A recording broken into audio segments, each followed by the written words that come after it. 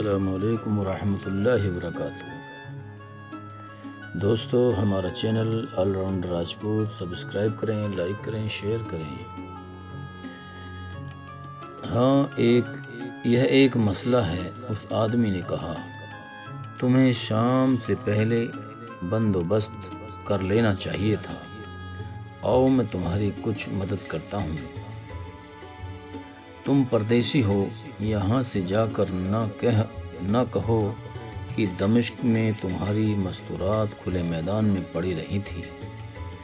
مجھے اپنے ساتھ لے چلو، مستورات کو ساتھ لے آؤ، میں سرائے کھلوا کر جگہ دلوا دوں گا۔ وہ آدمی صلیبی کے ساتھ چل پڑا اور دونوں قافلے کی خیمہ گاہ تک پہنچ گئے۔ صلیبی نے اسے ایک جگہ رک کر کہا، تم یہیں ٹھہرو، میں انہیں لے کر آتا ہوں۔ یہ کہہ کر وہ خیمہ گاہ کے ایک طرف سے گھوم کر کہیں غائب ہو گیا۔ صلیبیوں کے خیمے دوسری طرف سے اور ذرا ہٹ کر تھے۔ اس آدمی نے اپنے ساتھیوں کو بتایا کہ ایک آدمی اس کے ساتھ آیا ہے جو انہیں سرائے میں جگہ دلا دے گا۔ اس کے ساتھی کچھ گھبرائے، یہ آدمی بھی دھوکہ دے سکتا تھا، لیکن وہ ایسے جال میں پھنس گئے تھے جس سے نکلنے کے لیے انہیں کوئی نہ کوئی تو خطرہ مول لینا ہی تھا۔ مصری جاسوس جو صلیبی لڑکی کے جھانسے میں آ گیا تھا، اس نے لڑکی کو یہاں تک تو بتا دیا تھا کہ خلیفہ اور عمرہ صلیبیوں کے زیر اثر آ گئے ہیں۔ اس لیے علی بن سفیان بحروب میں 100 لڑاکا جاسوس کے ساتھ آیا ہے اور ان کا مشن یہ ہے کہ یہاں کا جائزہ لے اور صلیبی اثرات کہاں تک پہنچے ہیں اور کیا سلطان صلاح الدین ایوبی کے لیے جنگی کارروائی ضروری ہے یا نہیں۔ لڑکی نے علی بن سفیان کا یہ مشن اپنے ساتھیوں کو بتا دیا تھا۔ یہ بڑی ہی کارآمد اطلاع تھی جو صلیبی جاسوس رات ہی کٹھ پتلی خلیفہ تک پہنچ کر خراج تحسین حاصل کرنا چاہتے تھے، اور یہ اطلاع وہ اپنے صلیبی حکمرانوں تک بھی پہنچانا چاہتے تھے تاکہ وہ سلطان صلاح الدین ایوبی کا راستہ روکنے کا بندوبست کر لیں۔ ان صلیبی جاسوسوں نے یہ ارادہ بھی کیا، وہ علی بن سفیان اور اس کی پوری جماعت کو خلیفہ کے حکم سے گرفتار کرا دے۔ انہوں نے اس لڑکی کو بہت خراج تحسین پیش کیا جس نے مصری جاسوس کے سینے سے یہ راز نکلوا لیا تھا۔ یہ مصری اب لڑکی کے خیمے میں گہری نیند سویا ہوا تھا اور لڑکی خیمے میں نہیں بلکہ اپنے ساتھیوں کے پاس تھی۔ انہوں نے یہ فیصلہ کیا کہ علی بن سفیان کے تمام آدمی سوئے ہوئے ہیں، سب اکٹھے نکل چلیں، سامان اور جانوروں کو یہیں رہنے دیں۔ کل صبح ہوتے ہی وہ مصری جاسوسوں کو پکڑوا دیں گے اور ان کا سامان انہیں مل جائے گا۔ وہ خیمہ گاہ سے بھاگنا اس لیے چاہتے تھے کہ انہیں ڈر تھا کہ علی بن سفیان رات کو لڑکیاں غائب کر دے گا یا ان سب کو مروا دے گا یا کوئی دھوکہ دے گا۔ بہرحال رکنا ٹھیک نہیں تھا۔ وہ سب خیمہ گاہ سے پرے دبے پاؤں چل پڑے اور اس جگہ پہنچے جہاں ان کا ایک ساتھی ایک آدمی کو کھڑا کر گیا تھا، مگر وہ آدمی وہاں نہیں تھا۔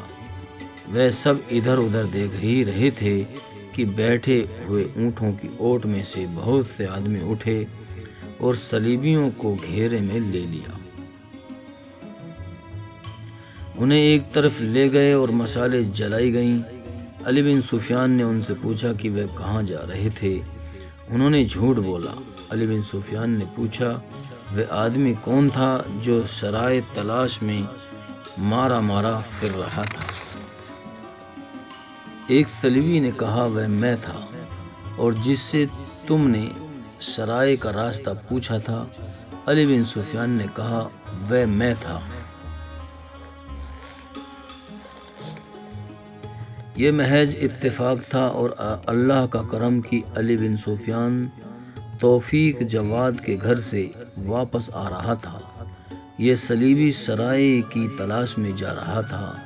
اس نے علی بن سفیان سے ہی سرائے کا راستہ پوچھا۔ اگر روشنی ہوتی تو صلیبی اسے پہچان لیتا۔ ایک تو اندھیرا تھا، دوسرے علی بن سفیان نے سر پر رومال یا چادر ڈال رکھی تھی۔ صلیبی کی ایک ہی بات سن کر وہ جان گیا کہ انہیں کس طرح پتہ چل گیا ہے کہ وہ دھوکے میں آ گئے ہیں، لہذا اب بھاگنے کی فکر میں ہیں۔ علی بن سفیان کو معلوم تھا کہ یہ صلیبی بے شک جاسوس ہے، لیکن انہیں یہاں عمرہ میں سے کوئی نہ کوئی پہچان میں لے لے گا۔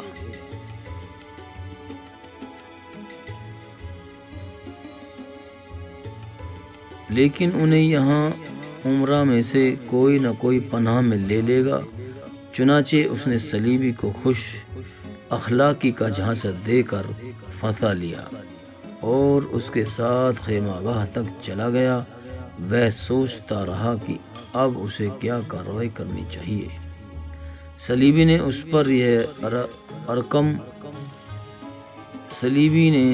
پر یہ کرم کیا، اسے اپنے خیموں سے دور کھڑا کر گیا۔ علی بن سفیان نے فوراً 2-3 آدمیوں کو جگا لیا اور نہایت عجلت سے انہیں بتایا کہ انہیں کیا کرنا ہے۔ ہدایت دے کر وہ خود صلیبیوں کے خیمے تک گیا۔ وہ سب لڑکیوں سمیت ایک خیمے میں جمع ہو گئے تھے۔ علی بن سفیان نے دبے پاؤں قریب جا کر ان کی باتیں سنی۔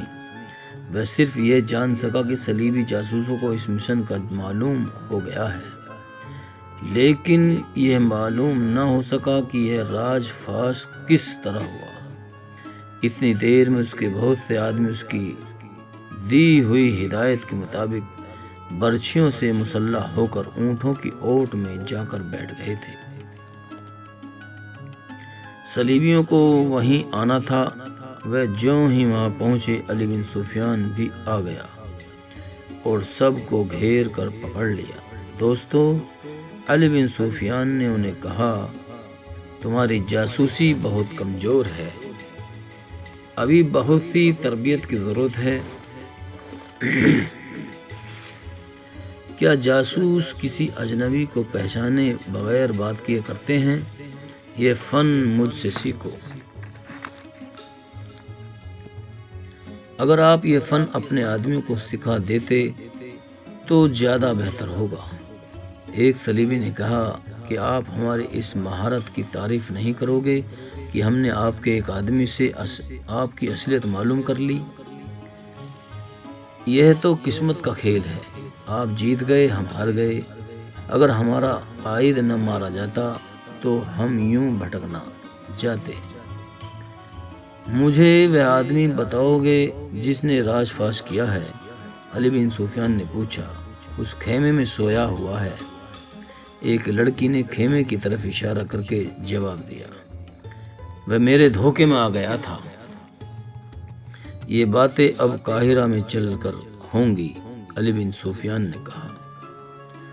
صبح طلوع ہوئی تو لوگوں نے دیکھا کہ تاجروں کا قافلہ جا رہا تھا۔ اونٹوں پر جہاں تجارتی سامان لدا ہوا تھا، وہاں خیمے بھی لدے ہوئے تھے۔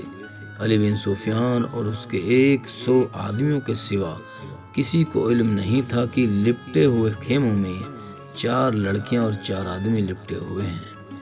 علی بن سفیان نے روانگی سے کچھ دیر پہلے شہر کی تاریکی میں ایک صلیبی کو ایک خیمے میں لپیٹ کر اونٹوں پر لاد کر باندھ لیا تھا۔ اسے کوئی فکر نہیں تھا کہ دم گھٹنے سے مر جائیں گے یا زندہ رہیں گے۔ قافلہ دمشق سے نکل گیا اور جب شہر اتنی دور پیچھے رہ گیا کہ نظر بھی نہیں آتا تھا، اس نے صلیبیوں کو خیموں سے نکالا۔ سب زندہ تھے، لڑکیوں کو اونٹوں پر اور مردوں کو گھوڑوں پر سوار کر لیا گیا۔ صلیبیوں نے رہائی کے لیے وہ تمام زر و جواہرات اور سونے کے ٹکڑے پیش کیے جو وہ خلیفہ اور عمرہ کے لیے لائے تھے۔ علی بن سفیان نے کہا یہ ساری دولت تو میرے ساتھ ہی جا رہی ہے۔ دوستو، ہمارا channel all round Rajput subscribe کریں، لائک کریں، شیئر کریں۔